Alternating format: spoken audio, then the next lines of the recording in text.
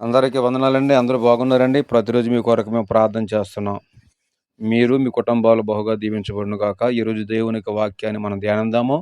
కీర్తనల గ్రంథము 55వ కీర్తన 22వ వచనం. నాతో కలిసి మీరు చదవాలని ప్రేమతో తెలియచేస్తున్నాం. బైబిల్ తెరవండి. నీ భారము యెహోవా మీద మోపుము. ఆయన నిన్ను ఆదుకొనెను. నీతిమంతులను ఆయన ఎన్నడూ కదలనియ్యడు. ఈ కొద్ది వాక్యము దేవుడు దీవించును గాక. ఆమేన్. నువ్వు నీతి కలిగి దేవుని కొరకు జీవిస్తే ప్రియమైన వాళ్ళరా, ఎట్టి భారాన్నైనా దేవుడు తొలగించే దేవుడే అన్నాడు. గనుక ఈరోజు నువ్వు ఏ భారం కలిగి ఉన్నావో ఆ భారమంతా యెహోవా మీద మోపి నువ్వు నీతిగా జీవించడానికి ఇష్టపడు. నీతిగా దేవుని కొరకు నువ్వు జీవించు. నీ భారం ఏదైనా కావచ్చు, దేవుడు ఆ భారాన్ని తొలగిస్తూ ఉంటాడు.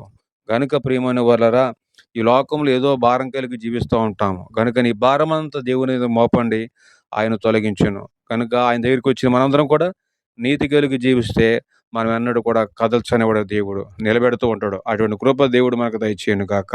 ఆమేన్.